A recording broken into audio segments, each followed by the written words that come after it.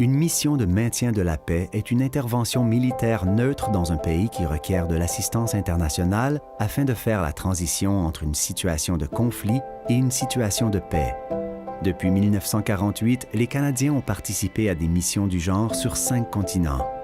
Le Canada a aussi joué un rôle important dans l'adoption internationale du maintien de la paix. Dans les années 50, le pouvoir colonial de la Grande-Bretagne était en déclin. Les nationalistes arabes en Égypte se sont révoltés en 1952, établissant la République d'Égypte et demandant l'évacuation des troupes britanniques de la base du canal de Suez. En juillet 1956, le gouvernement égyptien a déclaré sa souveraineté sur le canal, qui était une route de commerce importante entre l'Europe et l'Asie. Le 29 octobre, avec le soutien de la France et de la Grande-Bretagne, Israël a envahi la péninsule du Sinaï et la bande de Gaza. Après une série de sessions spéciales au début du mois de novembre, l'Assemblée générale de l'ONU a déterminé qu'un cessez-le-feu et un retrait d'Égypte de la part des troupes étrangères étaient nécessaires afin d'éviter une confrontation mondiale.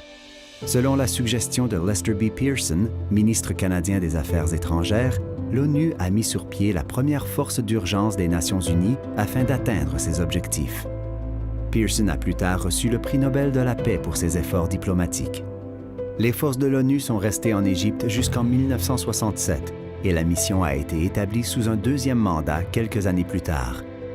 Dans plusieurs cas, les mandats de maintien de la paix des Nations unies n'ont pas permis aux soldats d'utiliser la force. Cependant, vers la fin du 20e siècle, l'idée de l'imposition de la paix a fait surface.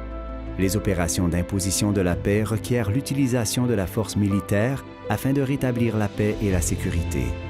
Les forces armées canadiennes ont participé à des opérations multinationales d'imposition de la paix dans le cadre de l'engagement du Canada dans l'organisation du traité de l'Atlantique Nord. Alors que l'ONU est responsable de l'approbation de ces opérations, elles sont menées par des alliés de l'OTAN. Au cours des 6 dernières décennies, 125 000 membres des forces armées canadiennes ont servi dans des opérations de paix. 130 Canadiens y ont perdu la vie et plusieurs autres ont subi des blessures physiques ou psychologiques à la défense de la paix.